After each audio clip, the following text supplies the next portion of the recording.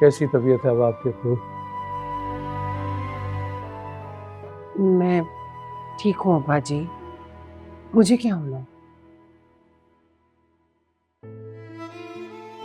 अब तक खफा है हमसे? मैं आपसे क्यों नाराज होंगी?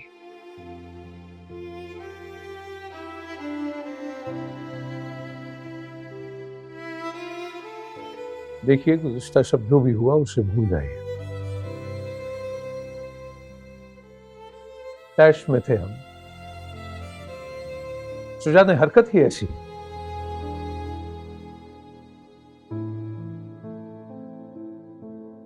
मेरा ख्याल ही में जाने क्या कह गए हम, लेकिन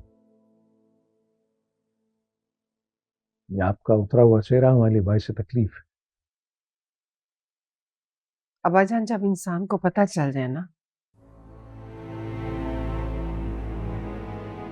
कि उसकी औकात क्या है, तो सारी हिस्सें खत्म हो जाती हैं।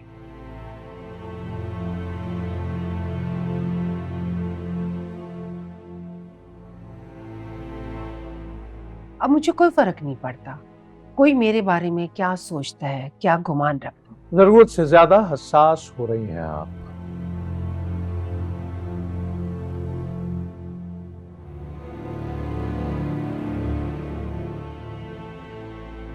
देखिए, हम आपके बारे में बुरा गुमान रखने के बारे में सोच भी नहीं सकते।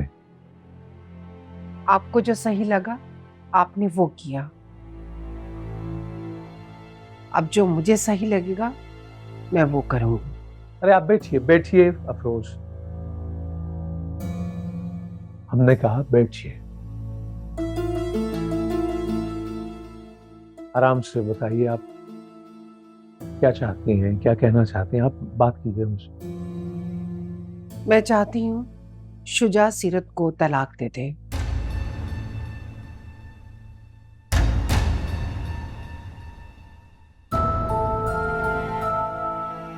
मैं ये रिश्ता नहीं चाहती हूँ। अफरोज, कुछ अंदाजा है आपको क्या कह रही हैं आप? जी, वही कह रही हूँ जो आज से पहले कभी इस घर में किसी ने नहीं कहा। पहल तो किसी ना किसी को करनी होती है ना बाजा।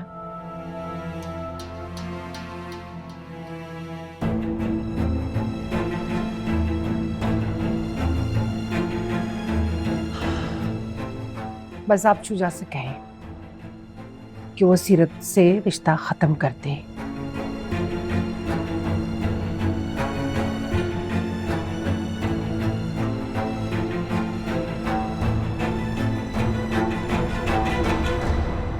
और ये मेरा आखिरी फैसला है।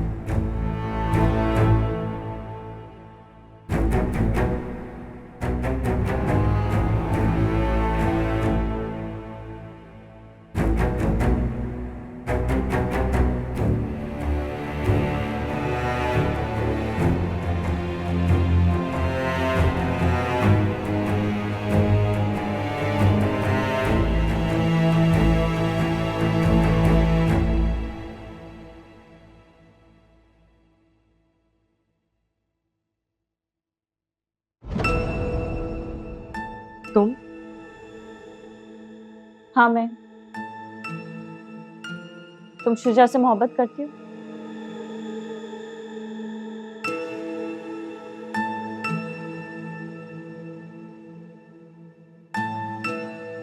जो मोहब्बत तुम शुजा से करती हो ना, हमारे यहाँ ऐसी मोहब्बत को अप्रिशिएट नहीं किया जाता।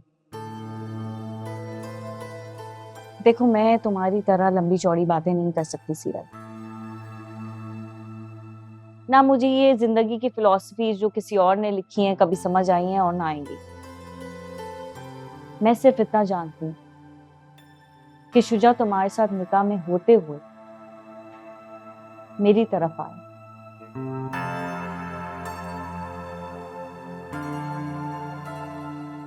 तुम्हारे साथ रिश्ते में होते हुए उसे मुझसे मोहब्बत हुई, और ये मोहब्बत किस हद तक थी ये तो तुम समझ ही सकती हो।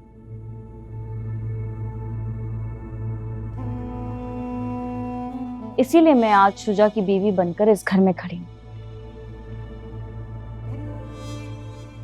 अब मुझे नहीं पता कि तुम मुझसे कैसी मोहब्बत करती हो, लेकिन मेरी मोहब्बत का एक ही उसूल, जो चीज मेरी हो जाए फिर मैं उसे किसी के साथ शेयर नहीं करती। क्या तुम अपनी ये फालतू बातें बंद कर सकती हो? सच कड़वा होता है। और मेरा तुमसे कोई झगड़ा नहीं है, मैं तुमसे लड़ने नहीं आई यहाँ पे, क्योंकि मैं खुद जानती हूँ कि तुम्हारे साथ बहुत गलत हुआ, बहुत ज्यादा। इसीलिए मुझे तुमसे हमदर्दी है। और जस्ट शट अप। मुझे तुम्हारी किसी हमदर्दी की कोई जरूरत नहीं है, बल्कि मुझे तुम्हारे साथ किसी बहस में पड़ना ही नहीं है कि मुझे अपनी लाइफ में क्या करना है क्या नहीं। क्या तुम प्लीज यहाँ से जाओगी? नहीं सीरत, ये घर जितना तुम्हारा है उतना मेरा भी है।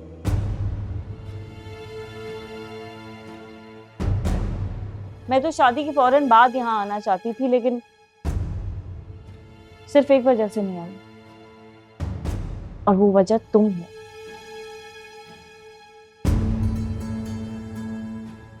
क्योंकि मैं तुम्हें हर्ट नहीं करना चाहती थी। मैं जानती हूँ तुम्हारे साथ बहुत गलत हुआ है, बहुत ज्यादती हुई है।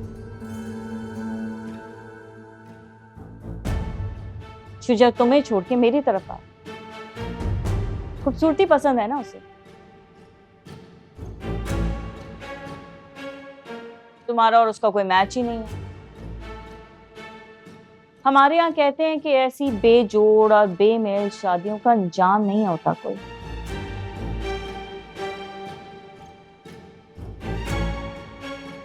इंसान सारी जिंदगी रिश्तों का बोझ उठा उठा के थक जाता है।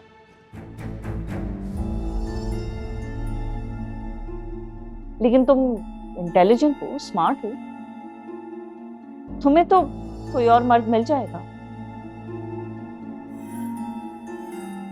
शुजा तुम्हारी जिंदगी का कोई आखिरी मर्द तो नहीं है कि तुम उसके नाम पे अपनी जिंदगी खत्म कर दो। मंशा, तुम हद से ज्यादा बोल रही हो। और प्लीज क्या तुम यहाँ से जाओगी? आइंदा जब भी मेरे कमरे में आओ ना तो मेरी परमिशन लेके आना। मैंने शुजा से बहुत मोहब्बत की है सीरत। तुम्हारे होते हुए उसकी जिंदगी में जो भी कमी थी वो मैंने पूरी की है।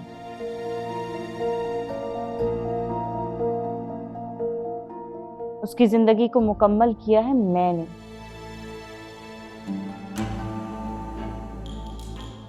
अब अगर वो मेरे साथ मुकम्मल जिंदगी छोड़कर तुम्हारे साथ आधी अधूरी जिंदगी गुजारने आ भी गया तो उसमें ना तुम खुश रहोगी, ना मैं, और ना वो। तुम जरूरत से ज्यादा खुशफहमी में मुब्तला हो, तुम्हें पता है। अपना इलाज जाके किसी अच्छे साइकेट्रिस्ट से करवाओ। मेरा दिमाग बिल्कुल ठीक काम कर रहा है। तभी तो जो भी बात कर रही है वो सीधा निशाने पे जाके लग रही है।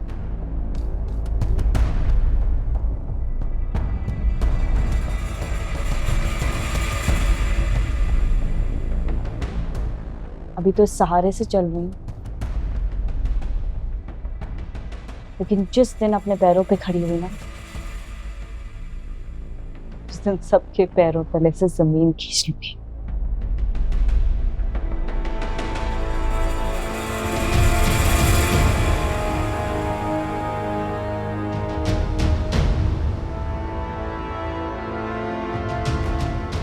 अच्छी ज्वेलरी बना लेती हो तुम, बस काबू नहीं कर सकी शुजा को।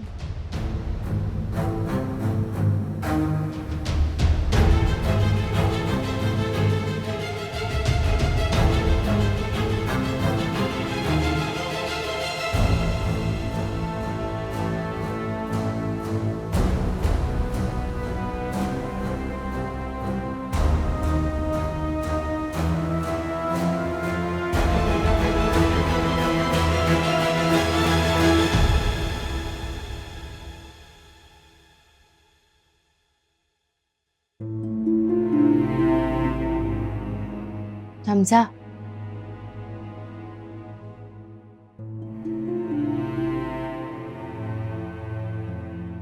ऑफिस नहीं गया? नहीं, मूड नहीं था। पप्पू कहाँ है? उनके होते हुए तो ये हरकत आपने आज तक नहीं की। हैदराबाद चली गई। क्या? हैदराबाद? क्यों गई है वो हैदराबाद और आपने उनको जाने क्यों दिया? उनका घर है वहाँ, उनकी मर्जी, वो जहाँ भी जाए अपनी मर्जी की मालिक है वो। और तुम क्यों इतना सरप्राइज हो रही हो? अभी यूनिवर्सिटी से आई हो, थकी भी होगी, आते साथ ही मेरे सर पे सवार होगी। जाके आराम करो। हमजा, अरे आप जानते हैं उनको हैदराबाद जाना नहीं पसंद। ऐसे कैसे प्लान बन गया? क्या बदतमीजी है। और मुझे क्या पता वो क्यों गई है? वो और कोई मेरी बात सुनती है जो ये सुनेंगी? तो आप सुन लेते ना उनकी बात। कौन सी बात? मैं अब्बा की तरफ जा रही हूँ और आप भी प्लीज जाएं, पप्पो को लेकर आए। आप जानते हैं उनको वहां जाना नहीं पसंद क्योंकि आप आज तक वहां नहीं रहे। अब ऐसे उनको अकेला छोड़ देंगे, वो टूट जाएंगे हमजा। तुम्हें उनकी इतनी फिक्र हो रही है और वो तुम्हारी शक्ल तक नहीं देखना चाहती, और तुम इतना अच्छा बन रही हो उनके साथ। ये दो ऑपोजिट खवातीन के साथ ना मुझे समझ नहीं आ रही कि मैं कैसे डील करूं। जो पप्पो कह रही हैं वो करिए। वो माँ है आपकी, उनकी फिक्र करना आपकी जिम्मेदारी है। इस उम्र में आप उनको अकेला छोड़ देंगे तो खुद भी खुश नहीं रहेंगे। अब तो मैं अकेला छोड़ दूंगी। मेरे साथ भी तो अकेले ही हैं आप। नहीं हूं अकेला मैं, क्योंकि 24 घंटे ना तुम मुस्तानी की तरह मेरे सर पे सवार हो, और अगर मैं चाहूं भी ना अकेला होना तो नहीं हो सकता। जिंदगी तुमने मेरी अदाब करके रख दी है। किसी को कॉम्प्लीमेंट करना होता है ना तो थोड़े अच्छे अल्फाज यूज करते हैं, टैक्स नहीं लगता उस पे। आप ये भी कह सकते थे कि मैंने दोस्त होने का पूरा हक अदा किया है, लेकिन नहीं। तुमने तो दोस्ती का हक अदा किया, लेकिन मैंने अम्मी की बात ना मानकर इस रिश्ते का हक अदा किया। क्या कह रहे हैं आप? कौन सी बात? हमेशा के लिए छोड़ने वाली बात।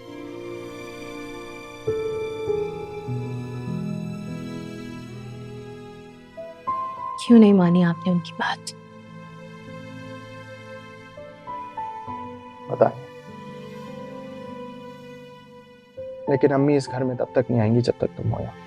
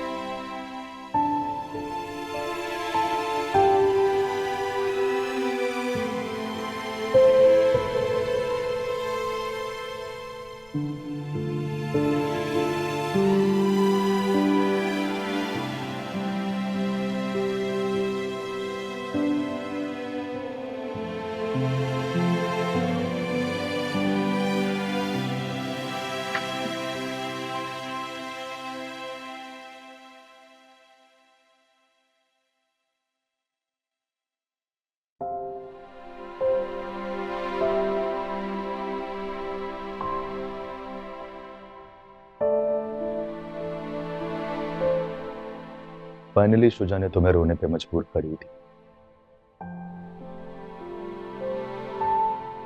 फाइनली तुम्हें एहसास हो गया कि तुम दोनों अलग अलग दुनिया के लोग हो और साथ नहीं रह सकते। सीरत, मैं तुम्हें कहता था ना कि अपने हक के लिए बात करूं। उस वक्त तुम्हारे पास अल्फाज नहीं थे क्योंकि तुम्हारे पास कोई रीजन नहीं था।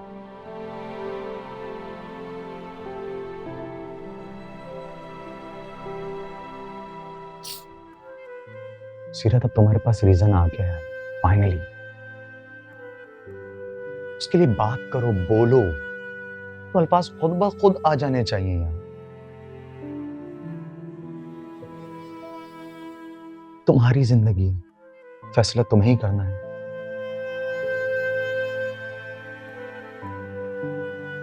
This is the right time. Please बात करो।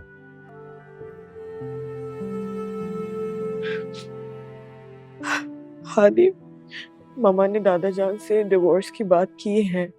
वो चाहती है। थैंक गॉड कि मामा ने इस बारे में बात तो की, उन्होंने अपनी बेटी के लिए कुछ सोचा तो सही। इससे पहले वो मंशा के कहने पे आके शुजा तुम्हें डिवोर्स करें, तुम अपने रास्ते अलग कर लो यार। अपनी भी कोई सेल्फ रिस्पेक्ट होती है, अगर मैं तुम्हारी जगह हो तो मैं तो यही करता यार। क्यों नहीं सोच रही हो? तुम्हें लगता है शुजा ऐसा कर सकता है? 110% मुझे यकीन था कि शुजा यही करेगा।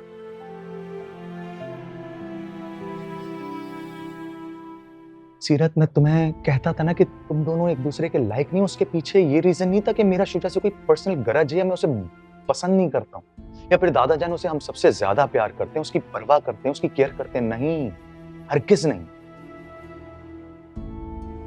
उसके पीछे सिर्फ एक रीजन था, क्योंकि शुजा मटेरियलिस्टिक है।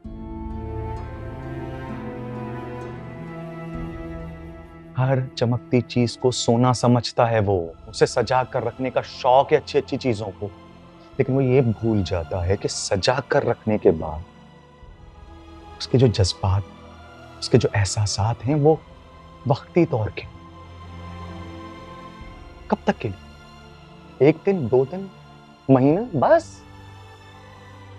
उसके सामने जो इंसान है उसकी कोई कदर नहीं है, कोई जज्बात, कोई वैल्यू नहीं रखता वो।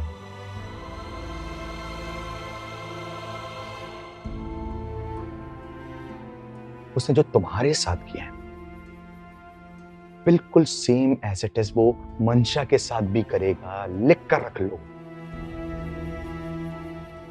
इंसान की फितरत है, वो कभी नहीं बदलती। सीरत, देखो मुझे, this is the right time. Please बात करो, डिसीजन। आज नहीं तो फिर कभी नहीं।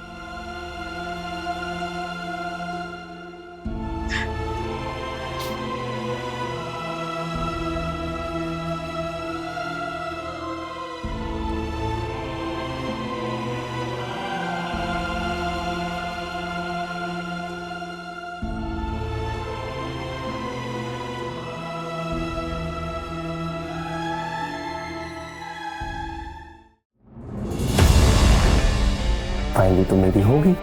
हाँ, और फिर भी तुमने ये ठगी हुई सजावट की है। बुशरा, बेटा चाय और नाश्ता यहीं ले आओ ना।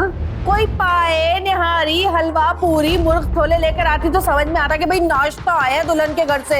ये क्या सूखे पापे लाके मुंह पे मार दिया हमारे।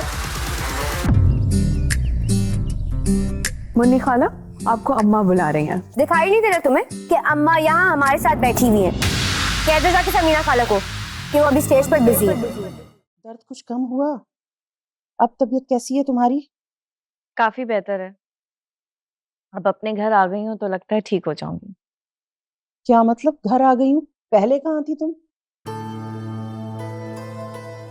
पहेलियों में बात क्यों कर रही हो मुझसे? सही सही बताओ। अम्मी, पहले मैं शुजा के छोटे से अलग घर में थी। मतलब वो भी इतना छोटा नहीं था, हमारे घर से तो काफी बड़ा था, लेकिन अब तो मैं उनके मैंशन में आ गई। अम्मी, इनका खानदानी महल है, आपको पता है कितना बड़ा है? ऐसा तो मैंने कभी ख्वाबों में भी नहीं सोचा था। इतना आलीशान है। मेरे रूम के बाहर इतना बड़ा स्विमिंग पूल है जैसे किसी फार्म हाउस का होता है, और इतने सारे मुलाजिम हैं, इतनी सारी गाड़ियां जैसे कोई शोरूम होता है। अरे अम्मी, ये सब कुछ बहुत अच्छा है। और आप मुझे कहती थी ना कि हमजा के साथ रिश्ता तोड़ के मैंने बहुत गलत फैसला किया है। आप आके मेरा घर तो देखिए, मेरी जिंदगी देखिए। हमजा के साथ तो ऐसी जिंदगी का मैं तसव्वुर भी नहीं कर सकती थी। चलो तुम खुश हो तो मैं भी खुश हूँ। वो तो खैर मुझे तुम्हारी आवाज की खनक से ही एहसास हो गया था कि सब कुछ तुम्हें तुम्हारी मर्जी का मिल गया है, सब कुछ मनचाहा है तुम्हारा। अच्छा ये तो बताओ कि शुजा तुम्हें वहां कैसे लेकर गया? वो तो कहता था कि वो अपनी फैमिली से नहीं मिलता, उसके दादा जान कहीं बाहर रहते हैं, है ना? ऐसा ही था ना? अब्बू को बता दें कि उसके दादा जान मिलने आएंगे। अब कोई यकीन चाहिए आपको? बाकायदा शायद कोई इस शादी की दावत करेंगे। जाहिर है इतने बड़े लोग हैं, इनको तो पैसा खर्च करने का बहाना चाहिए होता है।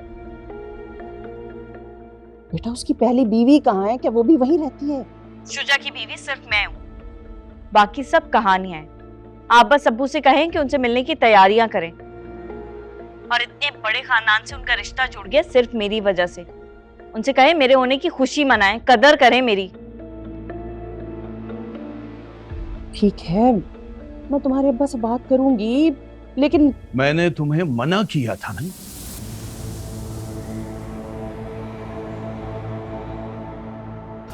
कि अगर अपनी इस नाफरमान बेटी से किसी किस्म का राब्ता रखा, मेरी कोई बात तुम्हारी समझ में नहीं आती।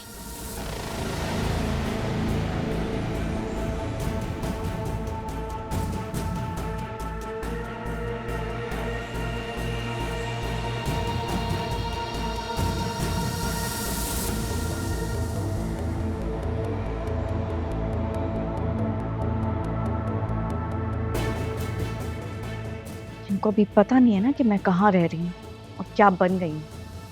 बाद में पछताएंगे जब पता चलेगा तब।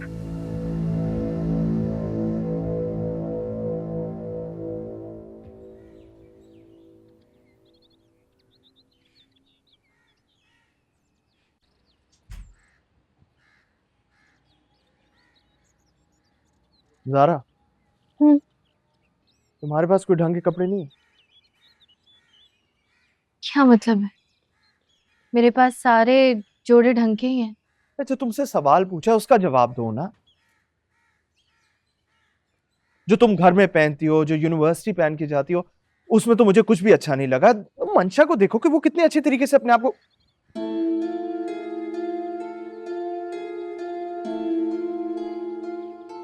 मेरा मतलब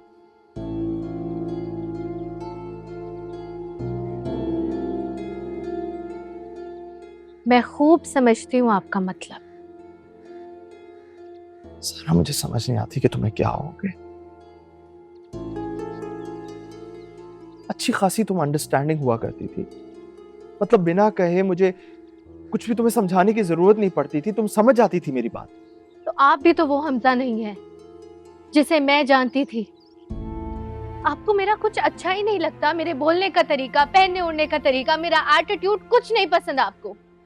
मैं नहीं बन सकती मंशा, मैं नहीं पहन सकती उसके जैसे कपड़े, मैं उसकी तरह दिख नहीं सकती, उसकी तरह बातें नहीं बना सकती। मेरे लिए बहुत मुश्किल है मंशा बनना, और आपके लिए मंशा को भुलाना। सारा, मैं कभी भी नहीं चाहूंगा कि तुम मंशा बनो, कभी भी नहीं। और उस मंशा को जो है ना, मैं भूल चुका हूँ। झूठ झूठ। मैंने सुना है हमसे कि एक इंसान कभी भी अपनी पहली मोहब्बत को नहीं भुला सकता। इससे ज्यादा बेतुकी बात मैंने आज तक नहीं सुनी। सच है ना, इसलिए कड़वा लगेगा आपको। तुम बात को डाइवर्ट क्यों कर रही हो? देखो 5 मिनट है तुम्हारे पास, हम चलते हैं, शॉपिंग करते हैं, जाके कुछ अच्छे कपड़े लेते हैं तुम्हारे लिए। लेकिन क्यों? सारा, तुम्हें ना ये हस्बैंड वाइफ खेलने का बहुत शौक हो रहा है। सवाल जवाब, सवाल जवाब। मेरी किस्मत अच्छी थी हमसे, वरना आपने मुझे कहाँ ये एहसास देना था। ज़ारा, ये मियाँ बीवी खेलने के लिए ना हमारे पास पूरी जिंदगी है, लेकिन एक वो वाहिद पुराना रिश्ता जिसकी मैं कदर करता हूँ, वो तुम्हारा और मेरा दोस्ती का रिश्ता था। इस तरह की फजूल बातें करके उससे खराब मत करो। वो वाहिद रिश्ता है जिसकी वजह से आज मैं शायद सर्वाइव कर पा रहा हूँ, वो मेरे जख्मों पे मरहम रखता है। उस रिश्ते की वजह से इंसानियत पे, रिश्तों पर मुझे एतबार आता है। मेरे पास है एक अच्छा जोड़ जो मुझे लगता है आपको भी अच्छा लगेगा। अंदर आए, दिखाती।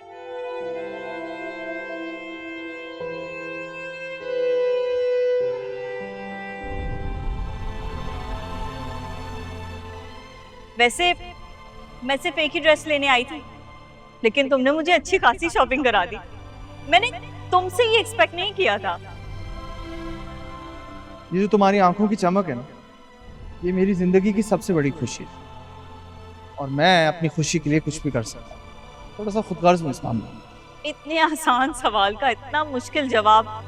खैर, अम्मी को तुम हैंडल कर लेना प्लीज, वो मुझ पे गुस्सा करेंगी अब कि ये तुमने हमजा का इतना सारा खर्चा करा दिया, अभी तो वो कमाता भी नहीं है।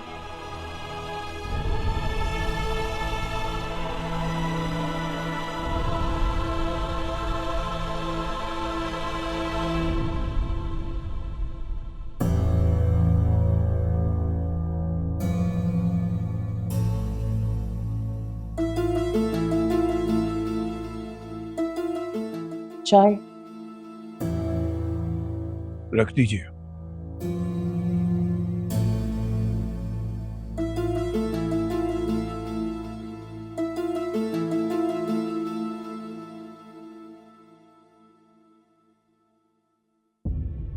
हैदर साहब, मंशा के ससुराल वाले हमसे मिलना चाहते हैं। अब बस कर देना, खत्म करें ये नाराजगी। इतने दिन हो गए इस बात को, आपका गुस्सा तो ठंडा ही नहीं हो रहा है। देखिए, अगर वो आगे बढ़ के इस रिश्ते को इज्जत देना चाहते हैं, रिश्तेदारी निभाना चाहते हैं, तो थोड़ी लचक हमें भी दिखानी होगी ना। वरना मंशा के लिए बड़ी मुश्किल हो जाएगी हैदर साहब। हम कैसे आसान कर सकते हैं उसकी मुश्किल?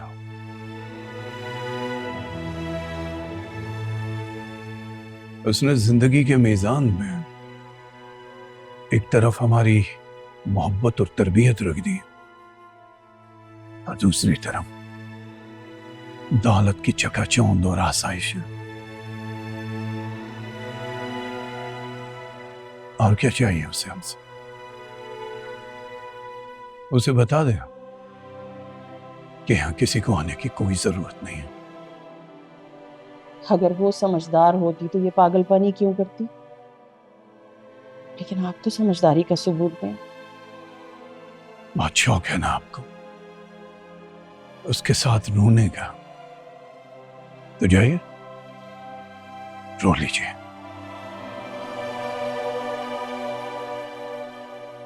वैसे अब मुझे समझ में आ रहा है, आपकी बेटी बिल्कुल आप पे गई।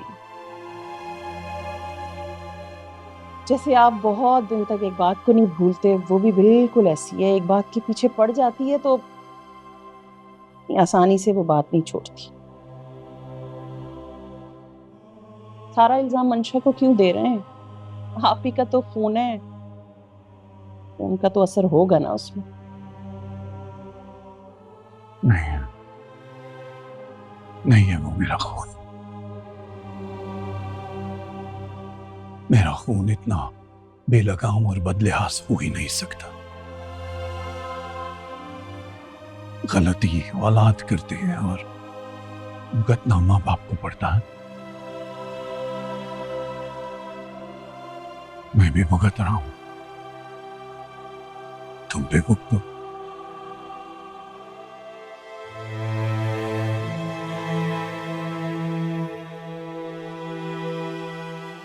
गलती तो ज़ारा के माँ बाप से भी हुई थी ना।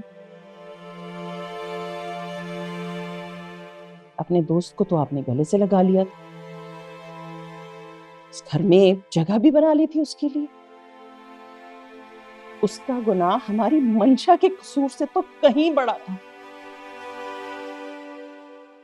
उनके लिए तो दिल पिघल गया था।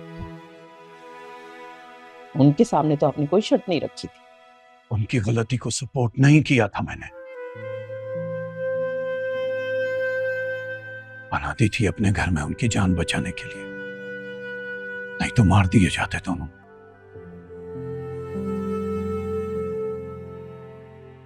आज भी मेरा दिल कहता है कि उनका एक्सीडेंट नहीं हुआ था। जब कोई अपनी मनमर्जी करता है ना, तो उनकी मौत भी एक सवालिया निशान बन जाती है।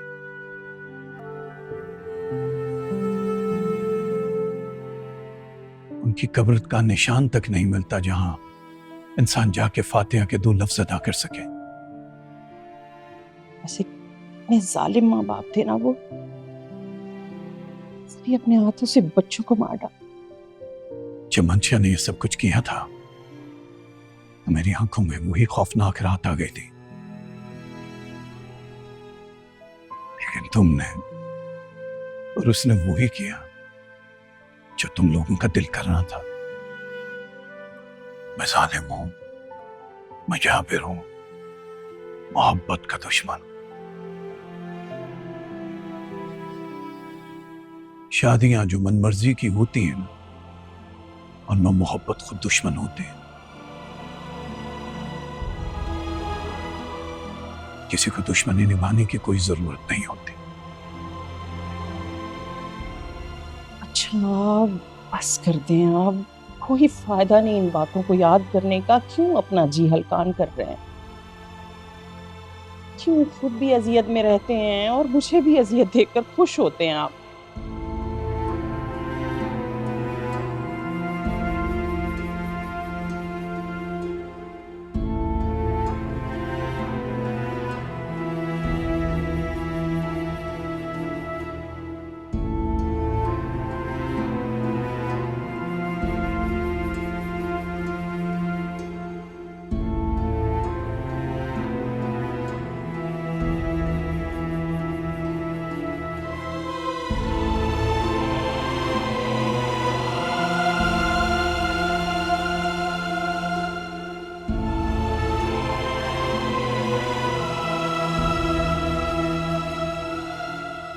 आंटी मुझे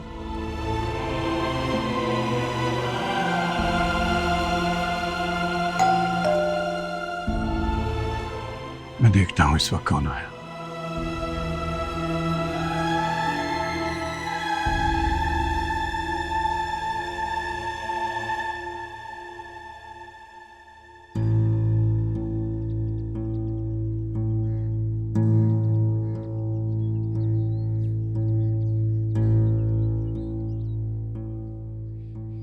जी, अमीर हसन बेग प्रोफेसर हैदर से मिलने के कहा हैं, तशरीफ रखते हो?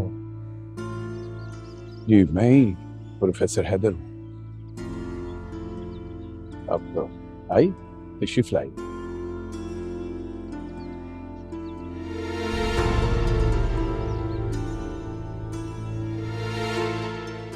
जी आइए, तशरीफ लाई।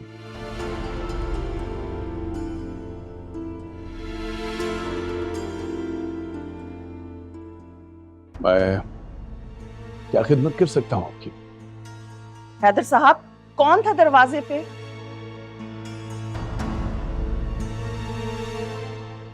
महकमा तालीम से कब से वाबस्ता हैं आप?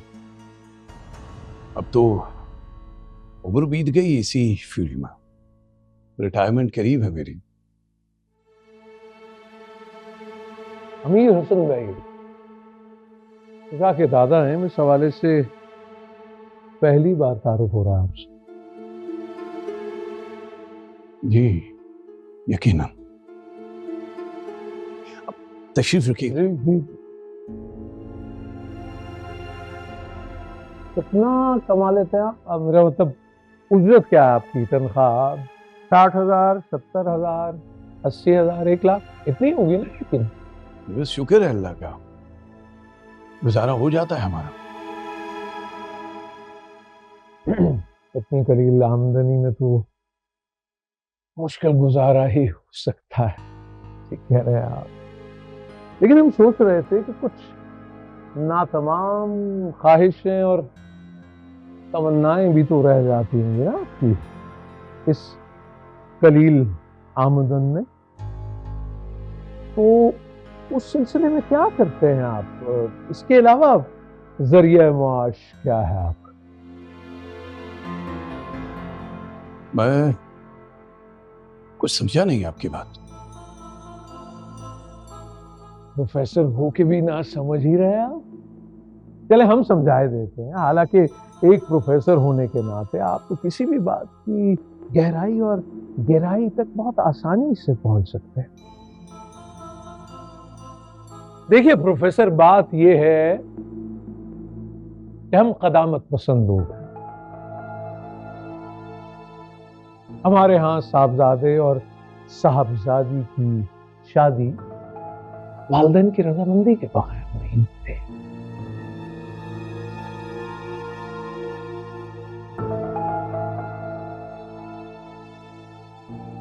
हम शादी करते हुए खानदान का हसब नसब, रख रखाव, ये सब देखते।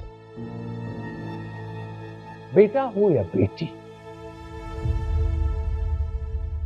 बच्चे बच्चियों की शादी वालिदैन की रजामंदी से होती है, और एक आपने तो अपनी बच्चे को खुली छूट दे रखे।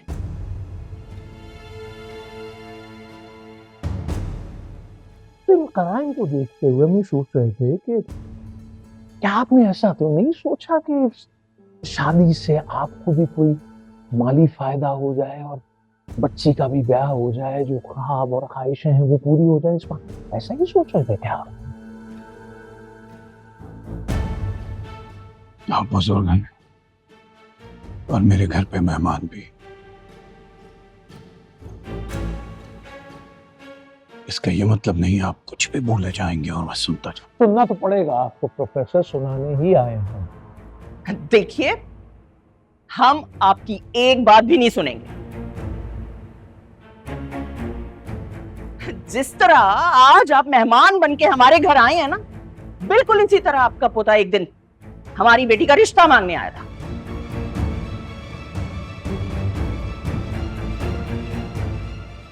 हमने उसके आगे हाथ नहीं जोड़े थे कि वो हमारी मंशा से शादी कर ले।